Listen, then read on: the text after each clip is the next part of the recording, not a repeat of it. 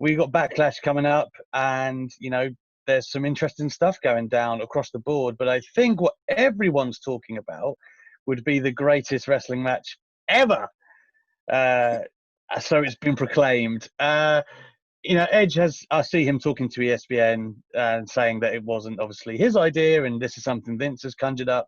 First of all, what do you think about basing a match off a moniker like that? And secondly, if you were in those shoes, would it alarm you at all? Well, first of all, it would alarm me, but probably in a good way. That's interesting to me. I did not know this was Mr. McMahon's idea. I thought that Edge and Randy Orton, being the perfectionists that they are, would want to aspire to have the greatest wrestling match of all time. I had a discussion with some of my WWE colleagues who said, unfortunately, you can't predict that type of thing. No. But you can put an enormous amount of pressure on yourself, like people do at WrestleMania. So Shawn Michaels, I think, by coining himself Mr. WrestleMania, took everyone's game up a little bit because everyone wanted to live up to the standards that Shawn Michaels had set for himself for WrestleMania. So I think if two guys can do it, it's Edge and Orton. But one of the intangibles has always been, the audience and whether or not there's a feeling of, magic in the air. So that's impossible to predict under any circumstances. The WWE doing what they need to do in the age of coronavirus has had to take the audience out of the equation. But in some ways, that adds to the intensity of the matches. So I don't know. The odds are against them fulfilling that prophecy of Mr. McMahon's. But if two guys can do it, it would be Edge and Orton.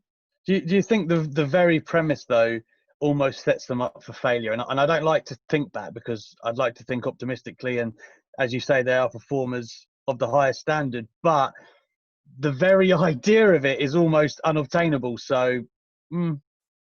Yeah, I'm not a mathematician, and I probably should have jotted down some numbers just to do a rough outline of how many matches there have been ever.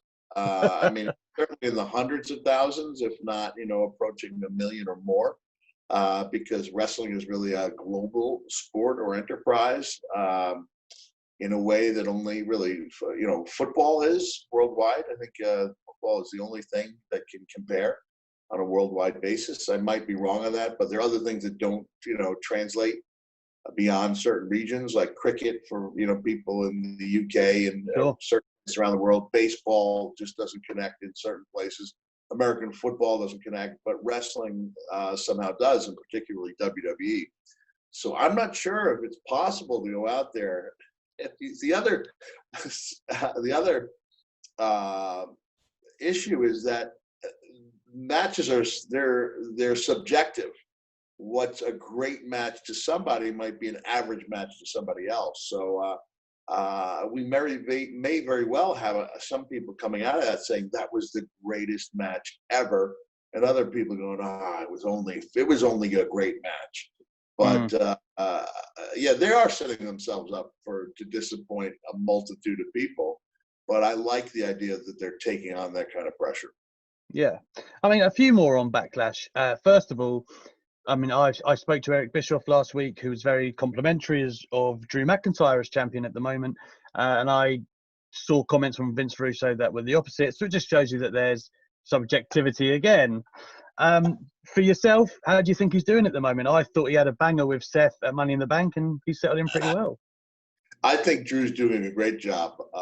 To become champion in an age when there are no fans, in attendance, it's really difficult, but I really think Drew translates. I think he's a great, I've seen him up close in the Insane Championship Wrestling, his Insane Championship Wrestling days out of Scotland.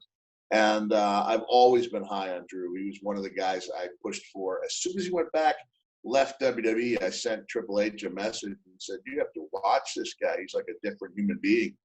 And so I've been a big believer in Drew's, and I think he's done an excellent job. So I don't know, James, I don't know why Vince Russo is a detractor.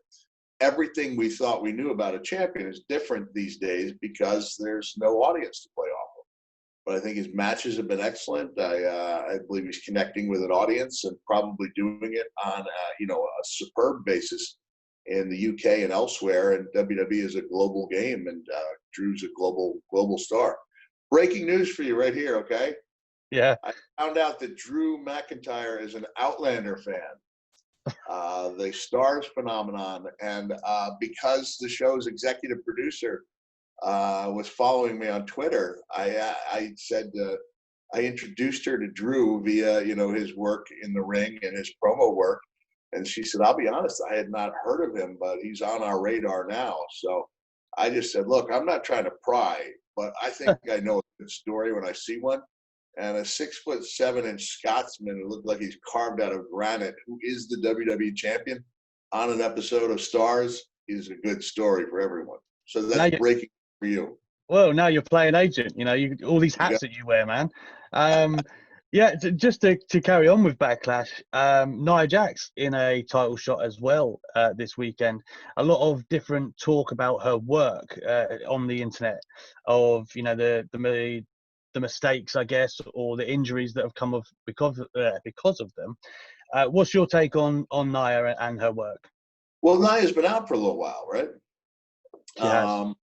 Yeah, outside of the Becky injury, you'd have to catch me up as to if there were other injuries that I'm not aware of. As recently with the Kairi Sane, I mean, she didn't get injured per se. There was the one where she was thrown into the steps and she ended up with a gash, which was maybe a timing issue. And then there was the buckle bomb, which was short, and they've subsequently banned the move. I don't know if you saw this or not, but I mean, Yeah, I remember when there was criticism about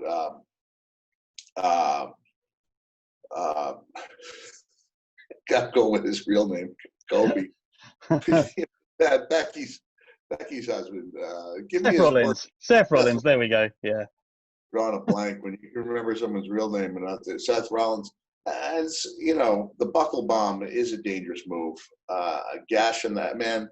If I had to start blaming every person who created a gash on my head, I wouldn't be able to work with anybody. There's always timing issues when it comes to making something look real. You don't want to be putting your hands down so quickly to take away from any of the realism. I don't know. I don't think that's a fair mark against her. Nia is a very good worker and a great character, and I think she's going to play off Asuka really well. I've seen Nia when she's in there. All of her opponents are going to be smaller than her, but you have a great wrestler who can fight from underneath the way that Asuka can. We don't often see Asuka in a traditional babyface role, but I think she will, really take to it, and I think it'll be a very good match. I think one thing that would be perfect to talk to you for, and I mean this with the greatest respect, is the Taker documentary, and he's obviously struggled with the idea of letting go from wrestling. I'm sure you won't be deadly offended that I say that you had the same struggles, right? And we can start with WrestleMania 2000, I guess, was meant to be the swan song. Then WrestleMania 20. You could even argue 2006 with the Ric Flair angle and Edge as well, that kind of led into your departure. So talk to us about how you see it, I guess, with what the Undertaker's going through, if he's in the winter, and how it was for you, because you had a very unique journey where you were seeking that elusive, perfect goodbye, I guess. Yeah, I was, and I had it. I actually had the perfect goodbye in 2000. I had it again with Randy Orton at Backlash in 2004. Awesome. I think people take the financials out of the equation. It's one thing to say I had a perfect exit, and then you're like, but I'm 34. What do I do? And in my case, I realized, wow, I'd written a couple novels, and that's hundreds of hours in solitude. It's a couple months away from your family on the road promoting the book where you don't get paid. And then you're like, I can make the same money for a match against Carlito. And, with the economy falling apart a couple times, where you now have half of what you think you have. You owe it to your family sometimes to come back and make a living. So I think that the romance is in having the perfect match and the storybook ending. The reality is that, we have this skill set that allows us to make a good living, but we can't make a good living unless we're employing that skill set. So Undertaker's got a 15-year contract with the company, from what I understand. So Yes. I haven't seen the end of The Last Ride, but I would assume that, having that amazing match with AJ Styles would be a perfect way to ride off into the sunset. So I don't know how the story ends. I don't know if Undertaker's going to wrestle again, but as far as I'm concerned, he has written that storybook ending, and now he has a 15-year contract with the company. So I think all's well that ends well. And without a couple of those bumps along the way, the Goldberg match, coming up short against Roman Reigns, a little bit short, then we certainly wouldn't have this compelling documentary. No, for sure. I guess the other thing I wanted to ask on your kind of final days or coming to terms with it, I think a lot of things that I certainly associate with you is that you were such a great character elsewhere. Like your 2000 commissioner run, for instance, I really enjoyed. I know that's going back a bit, but was there, because you could have done those things, I assume, or been involved in the business in a different way. But like you said, is it another thing where it's A, not as fulfilling, or B, not as financially rewarding? Oh, man. I don't want to make it sound like it's all about the money, because it's not. Yeah. But from 2005 to 2008, WWE gave me an opportunity to have a really limited schedule. I had 4 children, 2 of them very small at the time. And that really allowed me to have a really good, life. I said that I really connected with the Bob Seger song "Beautiful Loser," where he says he wants his home and his family. He wants to live like a sailor at sea. And then the refrain is "Beautiful loser, when are you going to realize you just can't have it all?" And I even wrote in one of my books, like, thanks to Mr. McMahon, I could have it all. And I did for a few years. So I did enjoy that limited schedule. I'll tell you, I did not enjoy being on the road as often when I came back as Raw GM, just because of the travel. So I was much older. My hip and knee were in great need of replacement. I was really in pain almost every moment. I mean, I'm not exaggerating. I was really hurting, and it wasn't fun. I think it would have been easier if I'd actually been out there on the road. I'm not saying wrestling, but the idea of flying in, where I was in a lot of pain, almost always had one of these guys underneath my hamstring on an airplane, so I could just roll it on the hamstring and try to touch on the nerves there. So that was a tough time. And I think there's, if someone is able to get that type of contract where they can work that limited schedule, especially if there's a feeling that they deserved it, that can allow people to have the best of both worlds.